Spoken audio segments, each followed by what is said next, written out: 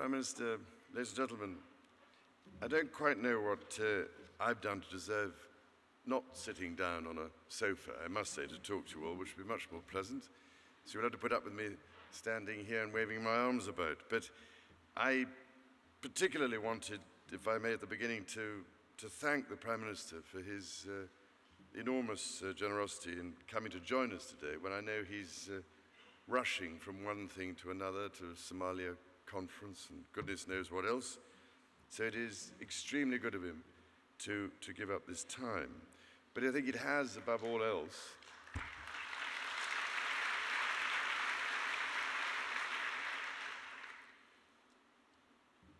I also wanted to say how enormously I appreciate it for what it's worth, the fact that all of you, ladies and gentlemen, have bothered to turn up. We weren't quite sure how many were going to turn up. I think people thought it was only about 400. It's now over 600, which does show, I think, the level of interest and support for, I hope, a lot of what you've been hearing this afternoon. But I think it also demonstrates very much indeed that British business is here, represented by all of you, at its very best.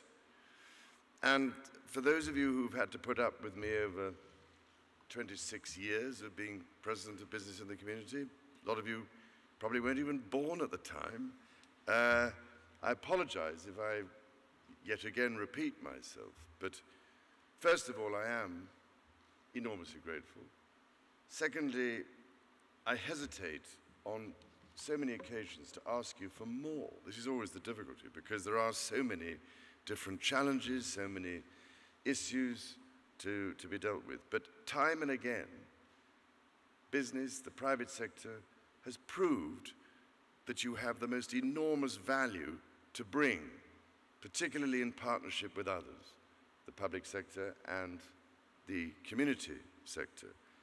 And I know you're asked to do so much, you're asked for help left, right, and center. But the fact that you do come and give that help, and you provide secondis and others, makes more difference than you would ever believe, and I hope you begin to realize that. Apart from anything else, I know you've been looking at, this afternoon, at the community mark companies, those who've achieved the awards. Just those companies alone, their impact is extraordinary. Over the past 4 years, just 4 years, they've collectively invested nearly £750 million in their communities, which when you tot it all up to that degree, that total, it really is remarkable, I think. And they've invested over £39 million of employee time to address some of these issues. That is, again, something remarkable that many people don't even realize is happening.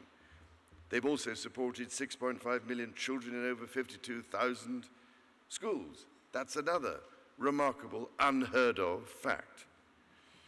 So that is something for which I am deeply grateful, and for the fact that you keep turning up when asked for more. We were all very shocked, I think, by the violence of the riots last summer. I'm old enough to remember riots in Toxteth and Brixton 25 years ago, I suppose. But I wanted, if I may, on this occasion, to pay a special tribute to Stephen Howard, who brilliantly mobilized business in the community to help address some of the issues in the aftermath of the riots. And also to Mark Price, whose chairmanship again has proved time and again the value of having business leaders such of his caliber who can also help to make the connections. But I really want to say, ladies and gentlemen, that after 30 years of business in the community, we do now know what works. And rather than reinventing the wheel, let's make this one work even better on this occasion. And that, of course, is what today is really all about. For instance, we know about Work Inspiration, led by Steve Holliday of National Grid, which is helping young people who, because of their upbringing, have no concept of what it is to go to work. Then there's Ready for Work, another program led by John Varley, which does much the same for homeless people. Again, really effective. Or there's Paul Dreschler's brilliant business class, which I think most of you know about, which forges long-term strategic partnerships between local clusters of businesses and schools. So we've learned a lot, I think, from these successful initiatives, and building on them, we've created now the idea of business connectors. And this really came about because after years of going round the country and attending meetings and trying to get people together and so on, I suddenly realized that there was something missing, and that was you sit down and discuss all these issues and everybody agrees, but then there's nobody left behind afterwards as one person who can actually make all these things happen by going around talking to all the players and trying to get them to join up all the dots locally. So it seemed to me that a seconded project manager from the business world, from companies that understood what we were trying to achieve, could be of enormous value. And much to my amazement, Stephen Howard has picked this up and come up with the business connector idea. And I've seen them in action in the pilot projects in Redcar and Tottenham, and I know just what a difference they can make. For instance, Kay Horn from Sainsbury's, I saw her the other day when I went down to Tottenham and Haringey, 6 months after we visited in August, to see what had happened, what the problems were with the traders and the shopkeepers and everything else. Kay Horn has been an unbelievable secret weapon in that area. And she said to me when I saw her that if you cut her in half, it would say Sainsbury's all the way through. But she is somebody, like the other connectors, who can, as you've heard, make that key difference where people haven't actually got together to talk and to find solutions on the ground, very often more simple solutions. So this is what they can do. They're also, ladies and gentlemen, worth their weight in gold. One person can achieve an enormous amount and can leverage millions. That's the point. We found that critical to the success of connectors is that they are individuals of high caliber with vast amounts of energy. And in many cases, it may be the toughest job they have ever had. But I rather suspect that it could also be the most rewarding, which I think is what you've heard today from the Business Connector guinea pigs. So, ladies and gentlemen, what is the vision for Business Connectors? In short, we want to create a nationwide network. We want to make it easy for charities, mine and others, to work together. In Redcar, Burnley and Burslem, for instance, we are already doing this. We can build a national network of business connectors.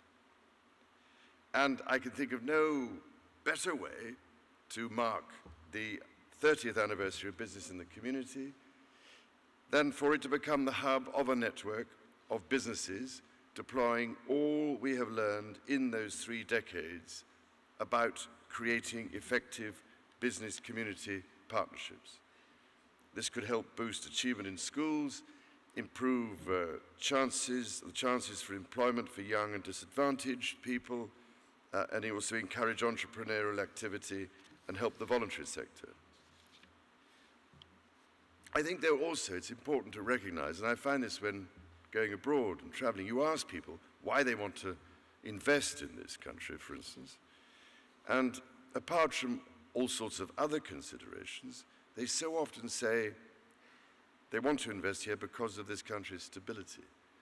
But I do think it's also important that we invest in that stability and maintaining it. So it's always necessary to remember that the business case for your involvement could not be sounder at the end of the day, because the health of your bottom line, ladies and gentlemen, depends upon secure, stable, and motivated communities. That's the point. So, if I may, I would very much like to thank the Prime Minister in particular for his wonderful support for business in the community's pilot scheme, which created 20 business connectors in 20 areas. I also wanted to thank Nick Hurd for guiding things so successfully with his Office of Civil Society and helping to kick-start all this effort. And ladies and gentlemen, should anyone think that it is only for the large companies, I must just mention SHM, because their participation in the pilot in Islington proves this can work for smaller companies. I also wanted to acknowledge, if I may, the additional pledge made today by Sainsbury's, Greggs, BT and Carillion, who are going to extend the length of the secondments they've already created. That's terrific news, and maintain a connector in the areas that they are supporting.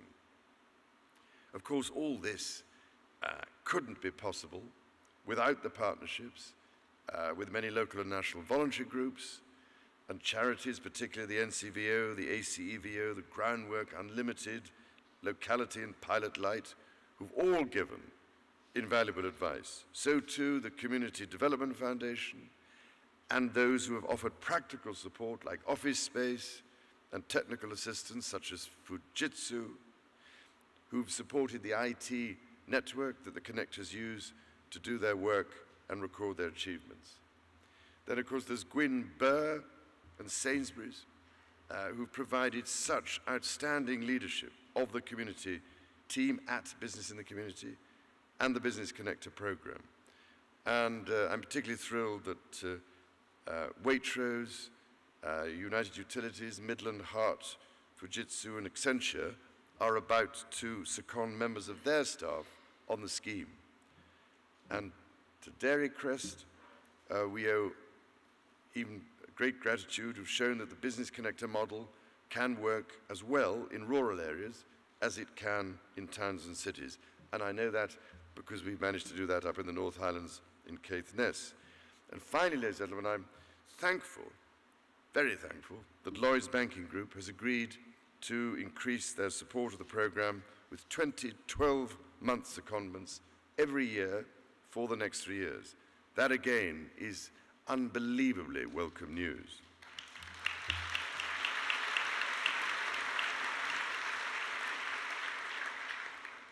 So, ladies and gentlemen, in addition, they've agreed to make a significant financial donation alongside a generous pro bono offer to support the training and support of the business connectors.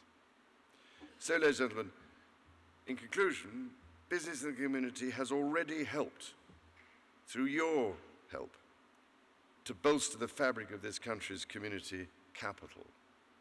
Please remember that. And I hope others will realize now just how vital your role is in all this, in helping to maintain the community dimension, the social dimension. But we do have to work hard now to make it far more resilient to the growing stresses and strains caused by such a difficult economic climate. And all I can say is thank goodness you're all there to help in time of need. Thank you, ladies and gentlemen.